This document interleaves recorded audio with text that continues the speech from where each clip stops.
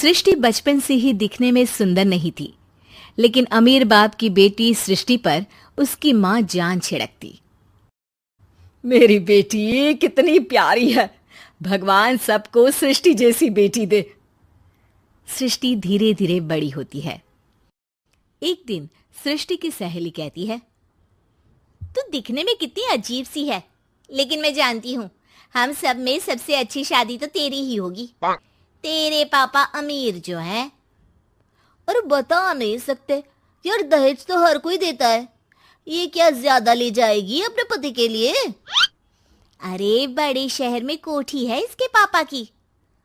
अरे पापा की है ना, कौन सी इसकी है? इसकी होती तब तो कोई भी लड़का इससे शादी कर लेता। अरे पापा की मतलब पापा की है तो मेरी ही है ना? किसने कहा? अब तेरी तो तब होगी ना जब तेरा भाई ना हो। वैसे भी शादी के बाद सारी प्रॉपर्टी भाई के नाम होती है।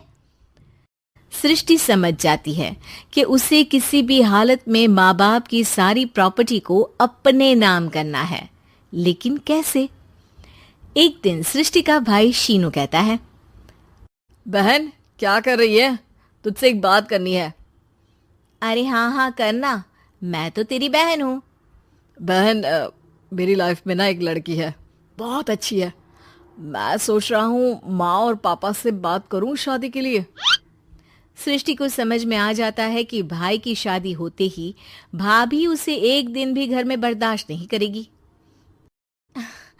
क्या बात है भाई, बताना कौन है वो? यार वो बहुत अच्छी लड़की है, पढ़ी लिखी है, मेरे साथ जॉब भी करती है। बस एक प्रॉब्लम है। प्रॉब्लम?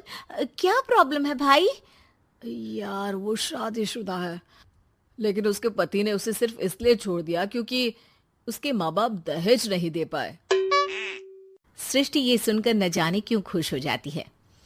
अरे भाई तो क्या हुआ, लड़की तुझे तो पसंद है ना? शीनू को लगता है कि बहन उसे समझ रही है।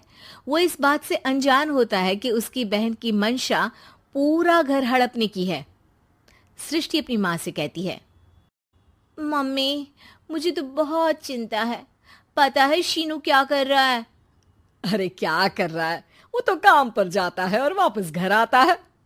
नहीं ना माँ, वो यही तो नहीं कर रहा, बाकी सब कर रहा है। आपको पता है उससे प्यार है, और वो भी एक शादीशुदा लड़की से। ये क्या हो गया? मैं सोसाइटी में क्या मुंह दिखाऊंगी? अरे तेरे पापा तो यही कहेंगे कि मैंने ही उसे बिगाड़ दिया है।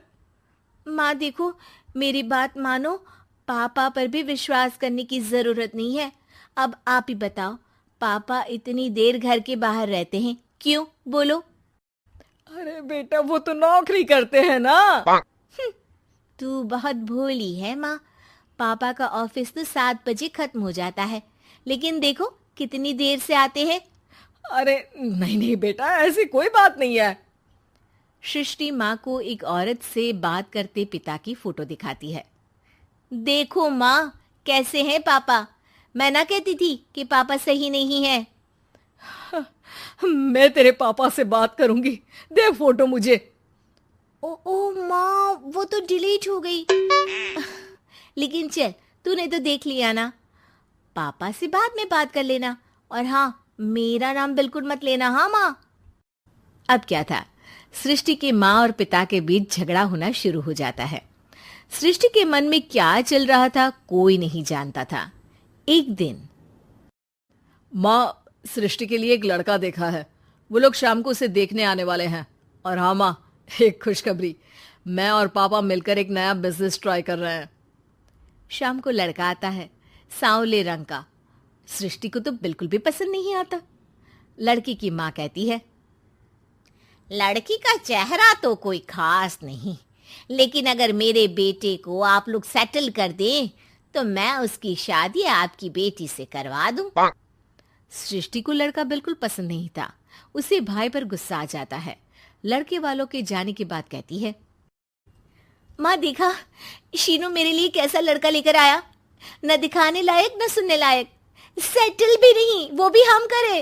अरे माँ, मैं जानती हूँ ये मेरी शादी किसी भी घर में क्यों करवाना चाहता है। अरे कैसी बात कर रही है बहन, तूने तो देखा ना, लड़के को मैंने ही मना कर दिया तुझसे शादी के लिए। जिसने लड़का बताया था उसने उसकी बहुत तारीफ की थी।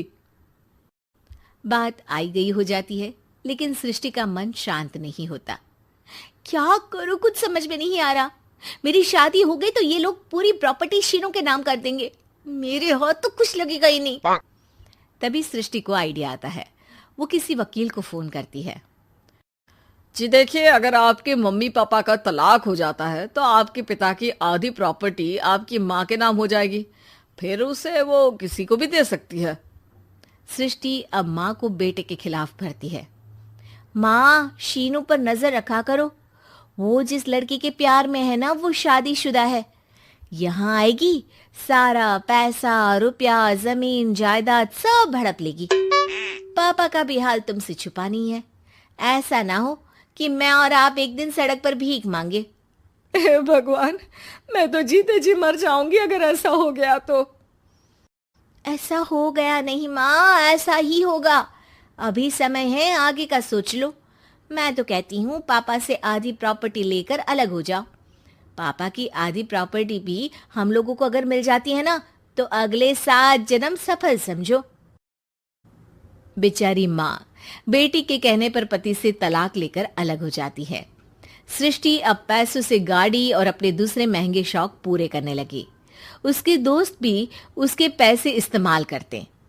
सृष्टि, कल तुम कहाँ थी? मैं सारा दिन घर पर अकेली थी। तो मैं क्या करूं? मैंने ठेका तो नहीं लिया है ना तुम्हें संभालने का।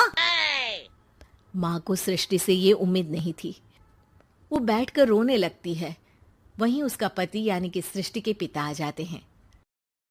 मैं जानता था कि तुम्हारा यही हाल होगा, तो आपने मुझे रोका क्यों नहीं? मैं रोकता तो तुम रुकती क्या?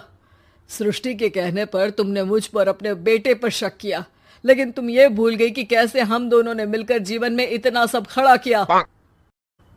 माँ पति के गले लग जाती है। मुझे माफ कर दीजिए, मैंने आपकी कमाई का एक बड़ा हिस्सा गवा दिया। कोई बात नहीं, तुम साथ हो तो मैं ऐसी 7 प्रॉपर्टी खड़ी कर दूंगा। तभी वहां सृष्टि आ जाती है रोते हुए। माँ, मयंक ने मुझे छोड़ दिया। वो बोल रहा था जब तक मेरे पास पैसे थे तब तक ही वो मेरे साथ था। पापा, माँ, मुझे माफ कर दीजिए।